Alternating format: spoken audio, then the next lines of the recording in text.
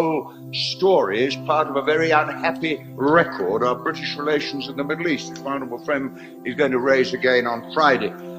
This Gulf War, looked at in the light of what we now know, was a war for profit, a war for oil, and a war for the control of the area. And now we are suddenly told that ministers who protested so vigorously about their defence of democracy and human rights were selling weapons to Saddam Hussein.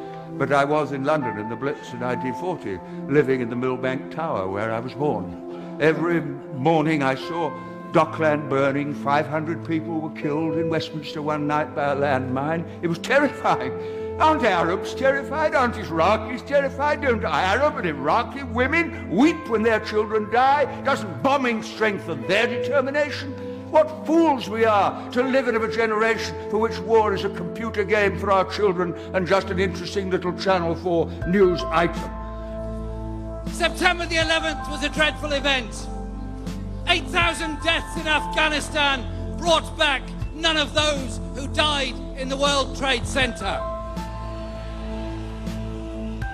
Thousands more deaths in Iraq will not make things right. It will set off a spiral of conflict, of hate, of misery, of desperation that will fuel the wars, the conflict, the terrorism, the depression and the misery of future generations. Many of us have been utterly consistent about the bombing of Libya. This is not a solution. It's not the right thing to do. It's not the right way forward.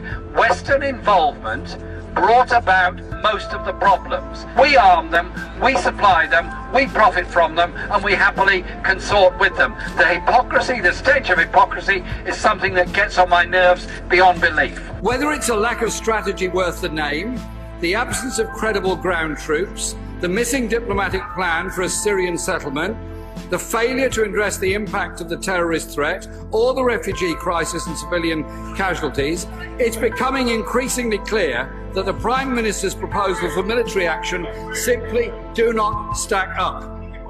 Bombs exported from Britain are being dropped on Yemeni children by Saudi pilots trained by Britain. Isn't it about time this government suspended its arms sales to Saudi Arabia?